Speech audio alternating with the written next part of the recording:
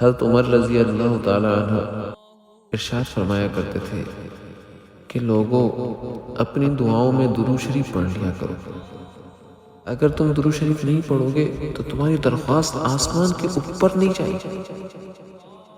دوسری بات علامہ شامی ابن عابدین فرمایا کرتے تھے کہ دعا سے پہلے درود شریف پڑھو اور دعا کے بعد بھی درود شریف پڑھو.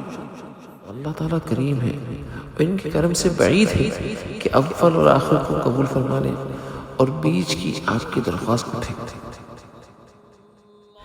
الصلاۃ علی النبی مجاب قطعا. اللہ تعالیٰ کے ہاں درود شریف کی قبولیت قطعی ہے، اس لیے اپنی دعاؤں کو قبول کرانے کے لیے درود شریف پہلے بھی پڑھو اور بعد میں بھی پڑھو. ہمارے حضرت فرمایا کرتے تھے کہ دوستو صرف آہ فغاں اور رونے سے کام نہیں بنے گا.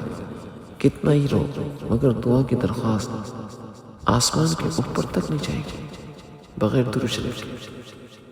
رونا مقبول ہے تب جب درود شریف کے ساتھ اپنے آنسوؤں کو بچو.